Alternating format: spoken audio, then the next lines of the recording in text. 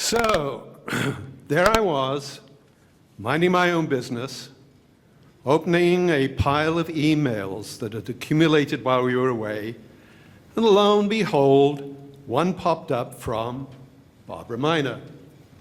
It read in part, "I am writing to ask you if you would be willing to speak at our next Story Church. The theme is grateful." So here I am, grateful. I'm very grateful to Barbara for the several weeks of angst I've had trying to figure out what I'm going to say tonight. And I'm also grateful to Barbara for the knee-knocking experience of being up front, in front of y'all. By the way, when I first came to Virginia, I was given a little book called How to Speak Southern. It had in it y'all, and also its plural, all y'all. But I'm really grateful to Barbara for making me ponder on gratitude. That's a great word, ponder. Has a certain dignity to it. By the way, did you know that the room in our houses today that we call the powder room used to be called the ponder room? Nah, just making it up. Though I've had many a good ponder there, I must say. I've had a great and interesting life. I have much to be grateful for. I'm particularly grateful to my dear lady wife, who has put up with me for many a year. Our wonderful Woof and I agree that in our house, she runs one of the best restaurants in Northern Virginia. And now she has the added tasks of dressing me, cutting up my food, making pots of tea, and soon much more in the way of caring for me. Why does she need to do so much for me, I hear you ask? Because January of this year, I was diagnosed with ALS. That's amyotrophic or lateral sclerosis, or something like that. I now have little use of my arms and a weakening back, and it will also only get worse.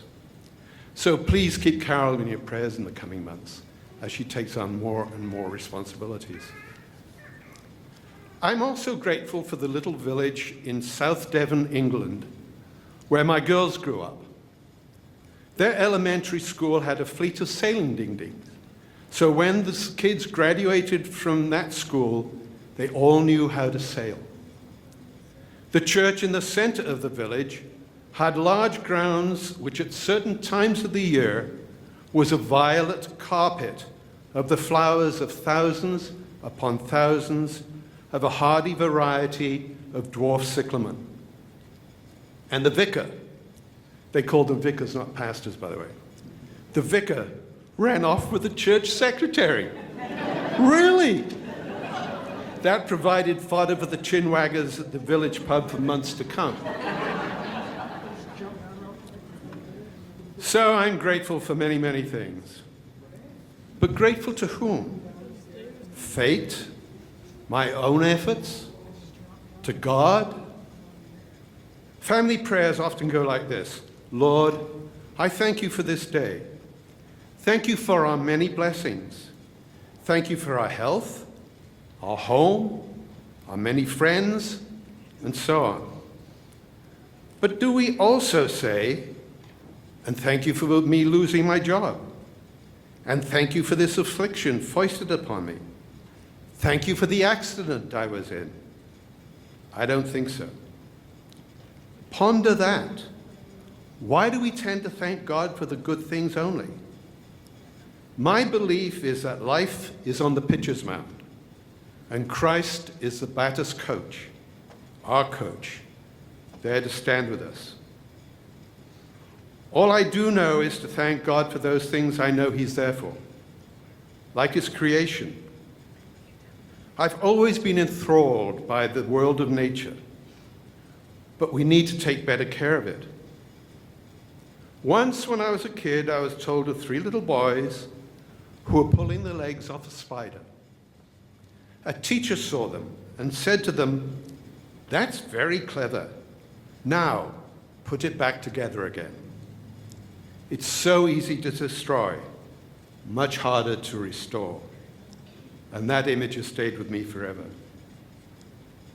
One memory I am especially grateful for occurred many years ago. My eldest daughter, then 15, she's now 53, and I and a few friends were bringing our sailboat back to southern England from northern Spain. We were about 150 miles southwest of the entrance to the English Channel. It was about 2 a.m., pitch black, with a mist, light winds, and a short swell. We slowly became aware of an eerie sound, like a choir of unearthly voices. The sounds were not loud. They were all around us. We had come upon a pod of whales, and they were singing. And what you're hearing is just one whale. Imagine 6 or 10 of them singing at once. Totally awesome in the real meaning of the word. I thank God for that experience and the window into his creation. The Lord never promised us a rose garden. We would have at times had bad times as well as good.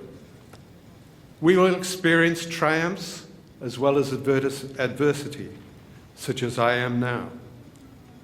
But I believe his promise that through it all, he'll be with us. Yea, though I walk through the valley of the shadow of death, I will fear no evil, for thou art with me. Thy rod and thy staff, they comfort me. And from Matthew, and lo, I am with you always, even to the end of the world. One other thing I am truly grateful for and thank God for, all y'all, you. Some days after my name first appeared on the prayer list at every service, I received a few in the mail, a few cards wishing me well and praying for me. Wow, I thought, what a wonderful gesture. I need to send them thank you notes. Well, the few became a lot, and the lot became a deluge. I now have a basket full of cards of well wishes. There's no way I can reply to all. So thank you, my Floris friends and family, for your prayers and best wishes and for standing with me. And thank you, God, for this community of faith that is such a support to me. Thank you, thank you, thank you.